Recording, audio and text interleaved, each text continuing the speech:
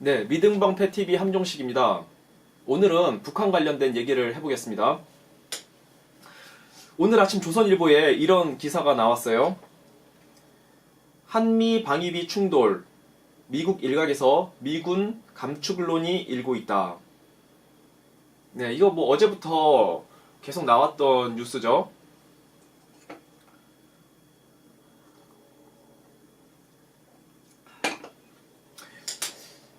이제 현재 주한미군 분담금을 한국이 한 50% 정도 부담하고 있는데 9,600억 정도 부담하고 있어요. 근데 이제 미국 행정부 쪽에서 요구하는 거는 50% 정도 더 올려라. 50% 올리면은 1조 3,500억 정도 됩니다. 그리고 트럼프가 요구하는 거는 다 부담해라. 너네가. 다 부담하는 걸로 하면은 1조 9천억 정도 됩니다.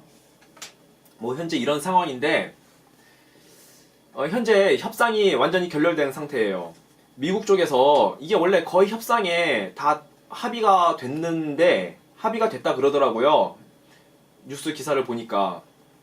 근데 미국 쪽에서 뭘 요구했냐면은 이 협상을 이제 분담금 협상하고 다시 재협상하는 그 기간이 5년이었어요. 기존에는 협상을 한 번 해서 협의를 맺으면 이거를 5년 끌고 갔다가 5년 후에 다시 재협상하고 이렇게 해왔단 말입니다. 근데 미국이 요번에 요구한 게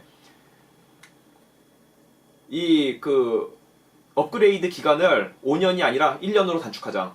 내년에 다시 또 협상하는 걸로 하자. 이렇게 요구를 했어요. 그러니까 한국 쪽에서 문재인 정부가 우리 못 받아들이겠다 해가지고 이제 협상이 결렬된 상태라고 합니다.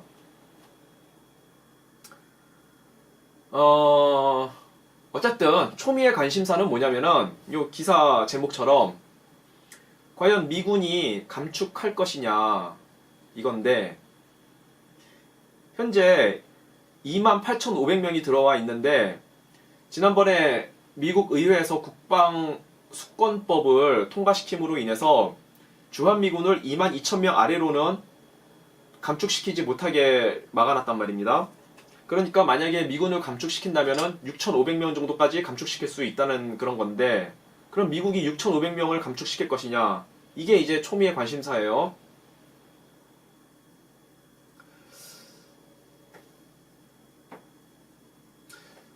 주한미군 철수는 힘들고요.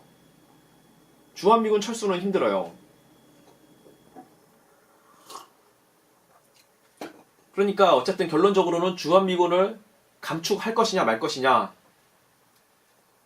이 문제인데 한편에서는 또 이런 추측을 하기도 해요. 트럼프가 이 주한미군 분담금 요 건을 가지고 한국하고 협의가 안 될 경우에는 무역 쪽을 건들 것이다. 이렇게 추측하시는 분들도 있습니다. 뭐 쉽게 말해서 한국으로부터 수입하는 물품에 대해서 관세를 때리는 그런 방식. 그렇게 예상하시는 분들도 있는데 제 생각에는 그거는 좀 힘들 것 같아요. 왜냐면은 지난번에 9월 달에 UN 총회에서 트럼프하고 문재인하고 둘이 만났지 않습니까? 그때 어떻게 됐습니까? 문재인이 FTA 개정안 다 들어줬잖아요. 트럼프가 요구하는 대로. 트럼프가 그 한미 FTA 개정안을 받아들고 굉장히 흡족해 했습니다.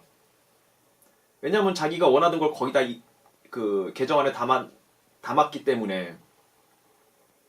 뭐 이제 주요 내용은 자동차 관련된 부분인데 그 픽업 트럭 그거를 20년 동안 이제 수출을 유예하는 거, 한국이 그걸 수출을 못하게 유예한 그것도 있었고, 뭐 국제 소송 관련된 부분에 대해서도 미국 쪽에 상당히 유리하게 뭐 이렇게 개정이 되고 했는데 그때 이제 문재인은 트럼프가 그 문재인하고 딱 만나기 전에 기자들 앞에 지나가면서 앞으로 김정은하고 다시 북미회담 할 것 같다. 이 얘기를 한번 쓱 흘리고 지나갔어요. 그러니까 문재인이 막 들떠가지고 올해 미국하고 북한하고 다시 만나나 보다. 그러면은 올해 안에 정전협정 이끌어낼 수도 있겠다.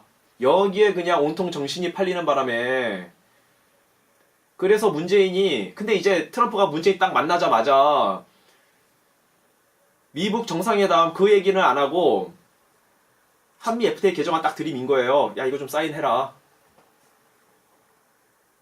그 트럼프의 전형적인 협상 수법입니다. 상대방의 기대를 한껏 올려줌으로 인해서 큰 떡이 앞에 있으니까 북미 정상회담 그래서 그 종전 선언을 할 것 같은 그 큰 떡이 앞에 있으니까 그 한미 FTA 개정안 이거는 눈에 보이지도 않는 거예요. 그러니까 그냥 문재인이 다 들어준 거예요. 트럼프가 원하는 대로. 이게 트럼프의 협상 방식입니다. 아니 뭐 어쨌든 그런데 그때 이제 원하는 걸 상당히 얻어냈어요. 트럼프가. 그런데 또 요번에 주한미군 분담금 문제로 인해서 한국 수입 물품에 대해서 관세를 때리는 이런 방식을 취한다? 그러긴 힘들 거라고 봅니다. 굉장히 그러면 치사해 보이죠? 그 미국이 그래도 대국인데 그렇게 안 하죠. 쫀쫀해 보이잖아요. 그렇게 하면은. 분명히 트럼프의 지금까지의 성향으로 봤을 때 어떻게든 자기가 마음 먹은 거는 어떻게든 만들어내려고 하는 그 근성이 아주 그냥 대단한 사람이에요. 트럼프가. 근성이 정말 대단합니다. 그 근성이. 어떻게든 주한미군 분담금을 어떻게든 올려내려고 할 겁니다. 그럼 어떤 방식으로 올려내려고 할 것이냐? 제가 좀 생각을 해보니까 저 같으면 이렇게 하겠습니다. 저 같으면은 한국 정부가 문재인 정권이 김정은 정권하고 관계에서 불법을 저지른 게 불법 저지른 거라고 하면 또 뭐 시비 걸 수 있으니까 불법 의혹이라 그러겠습니다. 불법 의혹이 큰 건이 몇 개가 있지 않습니까? 유명한 거 몇 달 전에 북한산 석탄 수입 그리고 미국 재무부에서 한국은행 5개인가? 그걸 건드렸잖아요. 아, 너네 북한하고 불법 거래한 것 같아. 너네 이거 잘못 걸리면 세컨더리 보이콧 너네 적용된다. 뭐 이래서 한국의 5개 금융기관을 한번 되게 겁줬던 적이 있잖아요. 하여튼 이런 게 있단 말입니다.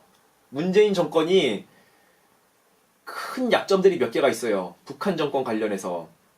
그러니까 트럼프가 만약에 경제 문제 가지고 무역 문제 가지고 이 주한미군 분담금 문제하고 결부시키면은 괜히 한국 국민들 사이에서 반미 감정만 높아질 수 있어요. 그런 전략은 안 취하죠. 저 같으면은 그것보다는 문재인 정권만 아주 곤혹스럽게 만들 수 있는 그런 전략을 취하지 않겠습니까? 아마도 잘하면 트럼프가 요번에 야 너네 저번에 북한하고 석탄 거래한 거 야 그거 좀 한번 따져봐야 되겠다. 응? 이런 거 한번 다시 들고 나오지 않을까. 아니 저는 좀 그렇게 좀 했으면 좋겠어요. 트럼프가 이 문재인 정부를 이 북한하고 수상한 거 많지 않습니까? 수상한 거 많아요. 흥진호도 있고 북한에서 배가 막 몇 번 왔다 갔다 한 뭐 그런 사례들이 있어요. 수상한 점이 많은데 그 중에서 큰 거 북한산 석탄하고 한국 은행들이 북한 어떤 그 불법 거래에 연루된 거 이런 거를 좀 트럼프가 건드려 줬으면 좋겠다. 뭐 이런 생각이 있고요.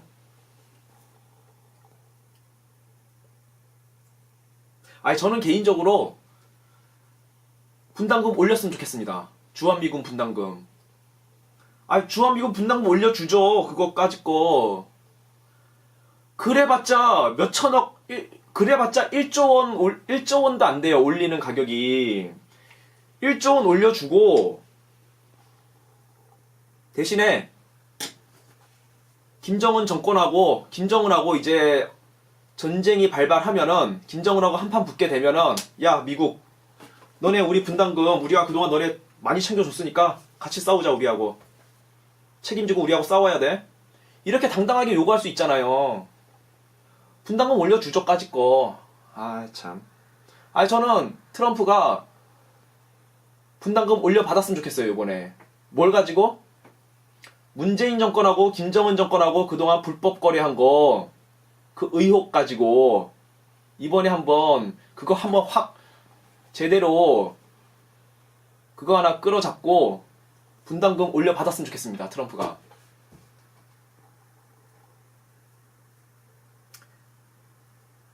근데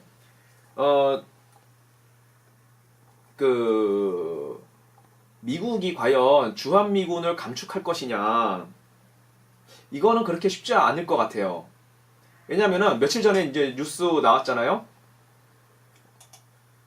자, 미 의회에서 한반도의 유일한 위협은 북한이다. 주한미군 그리고 핵 우산은 유지될 것이다. 며칠 전에 미 의회에서 이런 얘기를 했습니다. 그 밑에 빨간색 줄침대 보면은 불법적인 북한 핵 미사일과 합법적으로 배치된 주한미군은 교환 대상이 아니다. 이 빨간색 요 줄친 요 말은 설리반이라고 하는 미국 상원 의원이 얘기한 거거든요. 그렇죠. 북한의 핵무기는 불법적으로 만든 거고, 주한미군은 우리 합법적으로 우리 미군 배치한 거야. 이 두 개는 서로 교환 대상도 아니고 비교 대상도 아니야. 맞는 말이죠. 이전에 12월 중순에는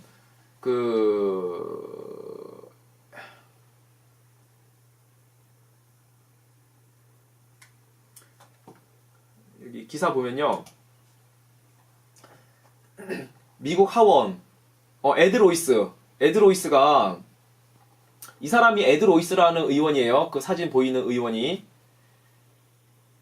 미 하원에서 한미동맹 중요성 재확인에 대한 결의안을 채택했는데, 이 결의안 채택을 주도한 사람이 에드 로이스라는 의원이에요. 이 사진에 나온 사람.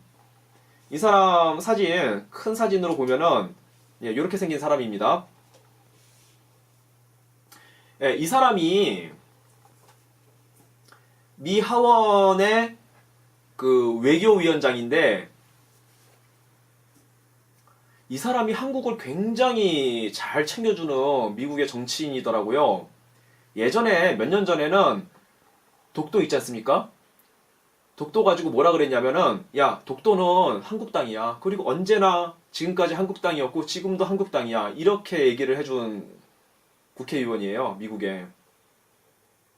그리고 작년에는 사드 문제 가지고 중국이 한국에 경제 보복을 하니까 중국에 직접 전화 걸어가지고, 야, 중국 너네들 그 사드 문제 가지고 한국 보복하지 마. 이렇게 직접 전화로 중국의 외교 담당자들한테 얘기를 하기도 했던 아주 친한파 정치인입니다, 이 사람이. 근데 이제 올해를 끝으로 해서 정계를 은퇴할 거라 그래요. 제가 이런 정치인들을 보면은 미국에 있는 어떤 걸 느끼냐면은, 내가 생각했던 것보다 미국이 한국을 그 중요시 여기는 그 애정이 내가 생각했던 것보다 훨씬 깊구나. 이런 걸 새삼스럽게 느껴요. 야, 이거는 정말 한국이 큰 복을 받은 거다. 이거 정말 하나님으로부터 큰 복을 받은 겁니다. 미국의 정치인들이 이렇게 한국을 생각해 준다는 거는 복이에요, 복. 이거 하나님이 한국에 내려준 복입니다. 그러니까 미국은 한국을 잃고 싶지 않은 거예요.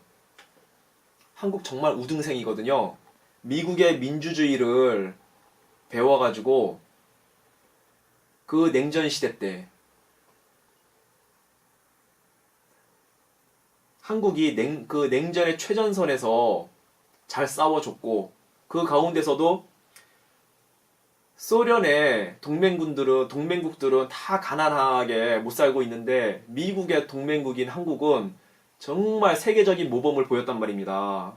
미국의 자랑이에요. 미국의 자랑, 한국은.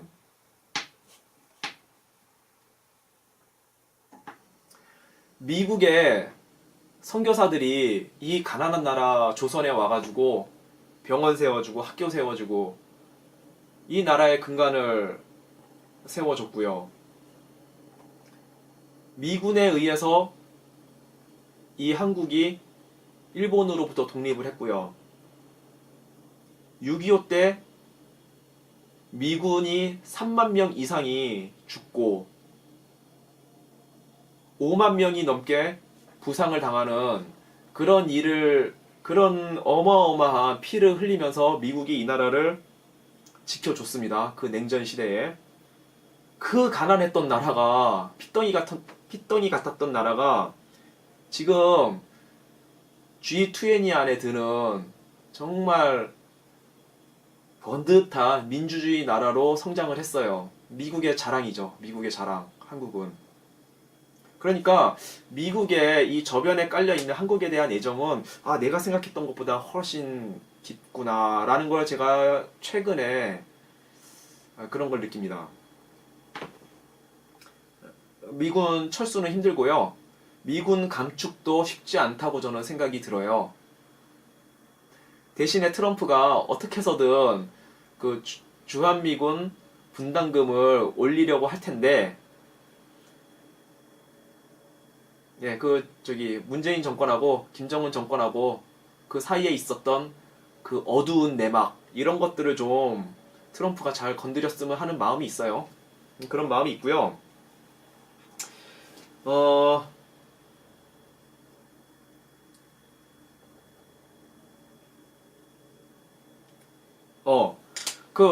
며칠 전에 비건이 왔다 갔잖아요?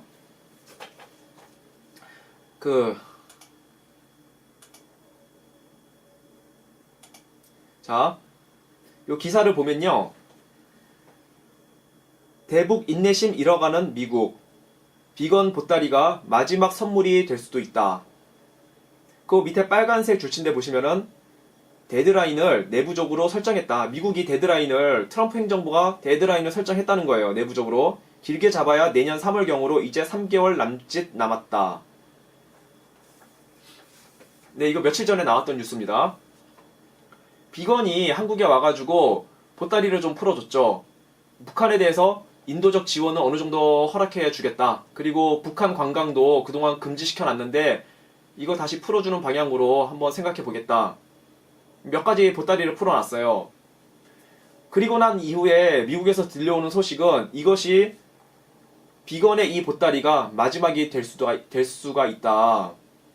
지금 미 행정부 안에서는 인내심이 바닥이 나고 있는데 3개월의 기한이 주어질 것 같다. 이런 뉴스가 나오기 시작했습니다.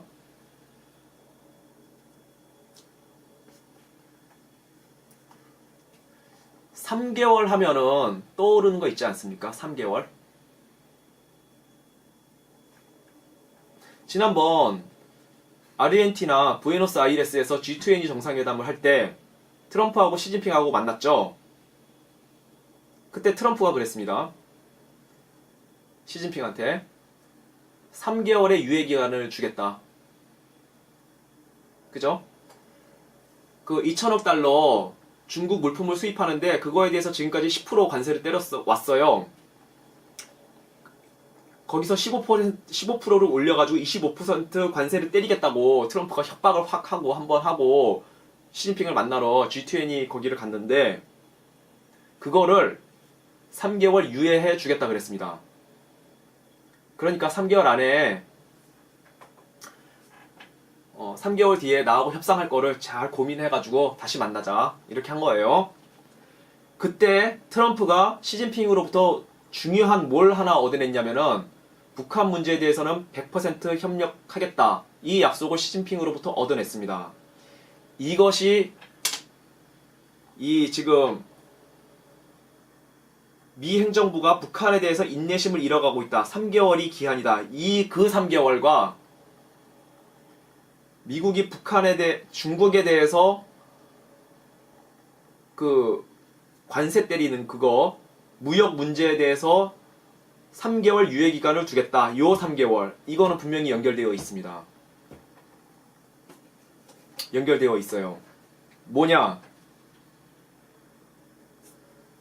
중국이 그 3개월 동안 정말 미국의 협조를 잘 해서 북한에 들어가는 석유를 다 끊어버리면은 그동안 해상 밀무역으로 환적 선박을 통해서 석유를 북한이 중국으로부터 밀무역으로 얻어왔는데 이거를 중국이 다 끊으면은 북한 올 겨울은 굉장히 혹독한 겨울이 될 겁니다. 그러면은 김정은이 못 버티고 이제 두 손 들고 나올 가능성이 굉장히 커져요. 그거를 지금 3개월로 본 겁니다. 그거를 3개월로 본 거예요. 예, 분명합니다. 그래서 만약에 중국이 시진핑이 그 약속을 잘 안 지키고 여전히 서해에서 그리고 동중국해에서 북한하고 몰래 만나서 석유를 넘겨주고 그래서 김정은이 올 겨울을 잘 버텼어요. 만약에 그렇게 돼서 여전히 김정은이 손들고 나오지 않는다면은 그때 가서는 트럼프가 미국 정부가 모종의 조치를 취하겠다 이제 그런 겁니다.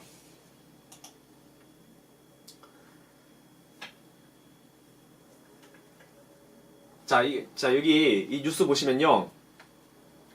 미국하고 중국하고 1월 초부터 베이징에서 무역 협상을 개시하겠다 이런 제목이고요. 요 내용은 자 여기 나오죠.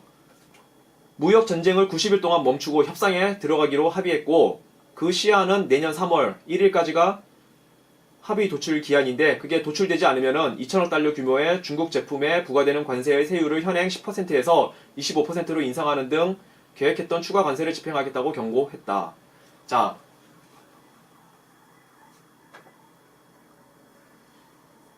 그러니까 3개월 안에 김정은이가 두 손 들고 나오지 않으면은 중국이 계속 북한에 석유를 넘겨줌으로 인해서 김정은이 올겨울 잘 버티고 두 손 들고 나오지 않으면은 중국의 25% 관세 때리는 거 2천억 달러 수입 물품에 대해서 25%로 관세를 올리는 거 이거는 당연한 조치고요. 이건 당연한 조치고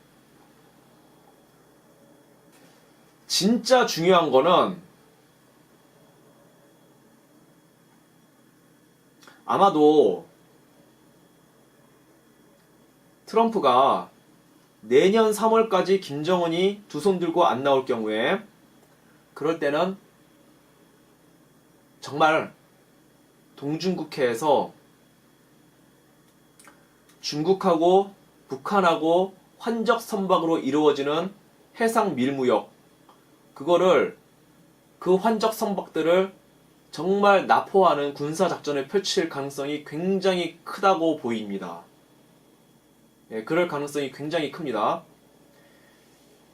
2천억 달러 수입 물품에 대해서 25% 관세 때리는 건 이건 당연하고요. 진짜 중요한 거는 군사작전을 펼치는 겁니다. 해상 밀무역 환적 선박들을 납포하는 겁니다. 이 굉장히 위험한 작전이에요. 일반 상선이 아니지 않습니까? 물론 일반 상선인데 보통 국가의 상선이 아니지 않습니까? 북한이랑 중국의 상선이란 말이죠. 당연히 군인들이 같이 타고 있을 것이고 무기를 소지하고 있을 겁니다. 그런 선박들을 납포하려면은 아주 위험한 군사작전이 동반돼야 돼요. 쉽지 않은 작전이에요. 근데 아마도 이 작전을 할 가능성이 굉장히 크다.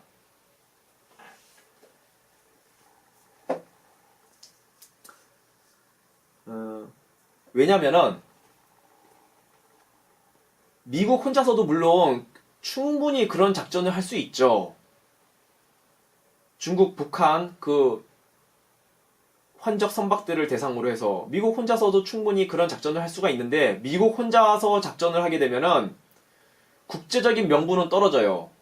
그냥 단순히 중국하고 미국하고의 대결이 된단 말입니다. 그래서 미국은 이거를 국제적인 대결로 국제적인 문제로 이거를 확산시킬 필요가 있어요. 국제적인 명분을 얻을 필요가 있단 말입니다. 그러면은 서방 연합국들을 대동해야 돼요. 영국, 일본, 캐나다, 호주 이런 나라들, 특히 그 중에서 영국을 대동해야 됩니다. 근데 영국을 대동시킬 수 있는 아주 최적의 적기가 찾아오고 있습니다. 왜냐? 영국에 퀸 엘리자베스라고 하는 항모가 있는데 이 항모가 지금 올 가을부터 해가지고 F-35B를 그 항모에 전력화시키는 훈련을 계속 지금까지 하고 있거든요. 지금 마무리 단계에 와 있는 것 같아요. 내년 초가 되면은 F-35B의 전력화가 마무리됩니다. 엘리자베스호에 대한 전력화가 마무리돼요.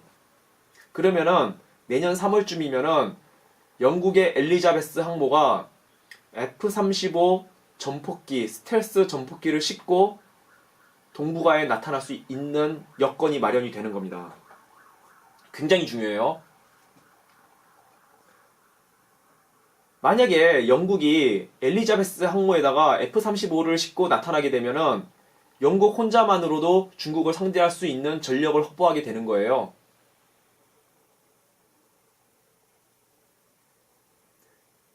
미국은 뒤에서 뒤에서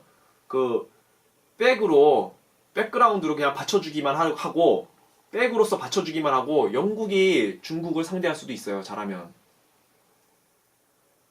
왜냐?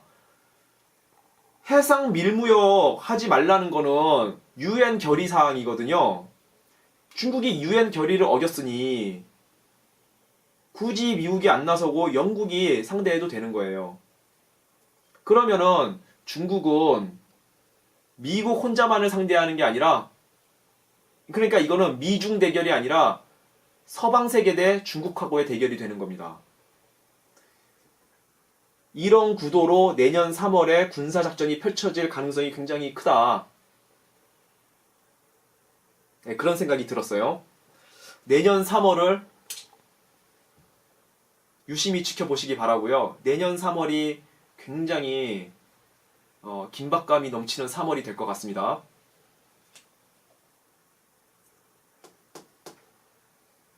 그렇다면은 김정은이 이렇게 위기에 몰려갈수록 올 겨울에 굉장히 힘든 겨울을 보내게 될 텐데 이렇게 위기에 몰려갈수록 김정은의 선택은 하나밖에 없습니다. 한국을 답방하는 것. 자, 그래서 어제 뉴스가 나왔는데요. 청와대가 어제 김정은이 30일 답방한다는 보도는 허위사실이다, 유감이다, 이런 발표를 했어요. 이게 뭐냐면은 그 시사저널이 그 지난 24일 날 기사를 냈는데 청와대 관계자로부터 얘기를 들어보니 김정은이 30일 날 답방할 가능성이 굉장히 크다더라. 그래서 그걸 기사로 냈어요. 그러니까 그날 바로 청와대가 그거 사실 아니다. 그 시사저널은 그 뉴스 내용 정정해주기 바란다. 요렇게 청와대에서 또 발표를 했는데 어제 갑자기 또 시사저널이 아니다. 우리가 외교안보라인을 통해서 또 확인해 보니까 지금 청와대가 김정은의 서울 답방을 굉장히 지금 북한하고 열심히 준비하고 있다더라. 또 기사를 냈어요, 시사저널이. 그래서 어제 또 청와대가 그거 사실 아니라니까 이러면서 또 이렇게 아니라고 해명하는 그런 발표를 한 겁니다. 청와대가 이게 참 이런 식으로 슬금슬금 군부를 피고 있는데요. 여론을 떠보는 거죠. 여론을 떠보는 건데, 김정은 내년 초에 올 가능성이 저는 굉장히 크다고 봅니다. 자기가 위기에 몰리면 몰릴수록 김정은이 선택할 한 가지 유일한 방법은 서울 오는 거예요. 서울 왜 오겠습니까? 첫 번째 목적, 대규모 평화 공세. 대규모 평화 공세를 펴므로써 한국 국민들 사이에 반미 감정은 고취시키고 친북 감정을 불러일으키기 위해서, 그게 첫 번째 목적이고요. 두 번째 목적은 서울에 답방하는 대신에 한국의 군사력을 최대한 약화시키고 최전방 한국 군사력 경계태세를 무력화시키려고, 최전방의 한국군의 경계태세를 허물어 버리려고, 그것이 두 번째 이유입니다. 이 두 가지 목적을 위해서 김정은은 반드시 서울 답방을 할 것이다. 자기가 위기에 몰리면 몰릴수록.